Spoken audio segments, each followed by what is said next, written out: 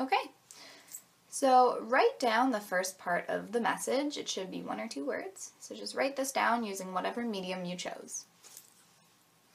Okay, so human beings are always connected by whatever technologies or tools are available in the environment of their time. In discussing the way that these technologies and mediums affect the way that people interact within environments, McLuhan discussed 3 different types of communications, 3 different stages of communication throughout history. So the first one would be the pre-industrial age, and during the pre-industrial age, there is no limit, there is no bound to communicate, there are no bounds to communication. He called this an acoustic stage. So for example, in conversation, you had to be in front of somebody, speaking with them, conversing with them. And a very important part of conversation is the ear. And the thing about the ear is that it has developed this all-at-onceness, in a sense that it is constantly on. It takes in all of its surroundings. It has no single point of view. It doesn't have any direction. It's not linear. It has no single point of view. However, during conversation, it chooses to drown out certain things and to focus on 1 thing or 2 things. So that is a very acoustic factor of conversation. So later on, the transition into the age of handwriting and even later print and typewriting, this closed this acoustic age, and it brought about an age of linearity and direction, fixity, and standardization. So print technology dictated people's thoughts. It was no longer directionless like the ear. It was fixed. So this caused major social change, and it brought a left-brained society and caused the rise of things like bureaucracies, as Reed discussed in lecture. So it was now easy to store and organize information. McLuhan refers to printing as a ditto device. Printing is a ditto device. Printing is a ditto device. He says it over and over again. And it just shows how the medium is the message. The effect of printing was more important than the actual content of the print itself. It created a society of left-brained people. It created a fixed society where everything became standardized. And fixity of text and information. So there was no longer things like oral cultures where language was fluid. So McLuhan then goes on to suggest that we've moved back into an acoustic age with the rise of electronics. It's an age of all-at-onceness, like the ear, where there are multiple layers of meaning. Bringing in a non-linearity into our society. So, for example, you can be on the phone while watching TV and texting your friend. It's like this stage of multiple layers and all-at-onceness. So, we have entered a rhizomatic stage of a networked society. We are constantly networking.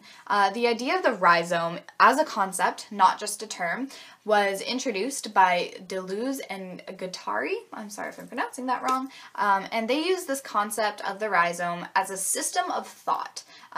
It's boundless, and it has no apparent beginning or end. It's just everywhere. As John Reed likes to say in lecture, it's just grass, man. It's just everywhere. It's not a tree. It doesn't have specific roots that start somewhere and spread out and end in specific places. It's just everywhere. It's a rhizome. It's constantly connecting. So it's a non-linear and non-binary way of thinking. They describe it, Deleuze and Guattari describe it using an analogy of a tree, where if we consider, here's a direct quotation from the Rhizome reading, the image of the tree, if we consider the image of the tree in the context of a forest, in the forest there is no single truth. There is no singular cause and effect. There is no one true tree. Rather, the forest is a single entity made up of numerous trees and numerous truths. So the idea is that the social is made up of a boundless acoustic network that has no beginning or end, no apparent direction. So McLuhan's concept of acoustic environments can be seen through the manifestations of rhizomatic societies within our world. And the mediums that connect us to these networks, such as cell phones and the internet, the fact that I can talk to somebody across the globe, and things like TV, where I can see something happening on the news that's happening, say, in Asia or in the Middle East or in Europe. These are all part of a large rhizomatic network which exist within this acoustic age. So the technologies available in McLuhan's time, mostly like the TV and the telephone, they're also acoustic and rhizomatic systems. These systems are made up of assemblages, which are singular multiplicities. They're one thing made up of all smaller parts. As John Reed discussed in lecture, these assemblages have a large range of parts that work together to create one thing. So without these smaller parts, the one larger thing would not be able to function. It would not exist. So like technologies that exist in our day and age, these do not exist in isolation. They cannot exist just by themselves. So McLuhan, Deleuze, and Guattari would all agree that a singular multiplicity of communication networks that affect the way we interact with one another is a major concept in our society. So without the linearity that characterized writing and print, we now communicate on multiple different levels at once.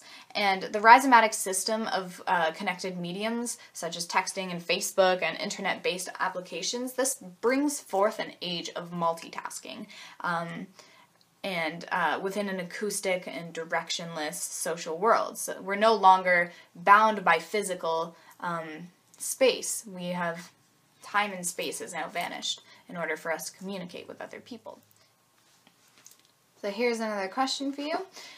Which technology or tool do you use more for entertainment purposes? The book or the TV? Click the one that you prefer to use, and it will bring you to another video to complete your message.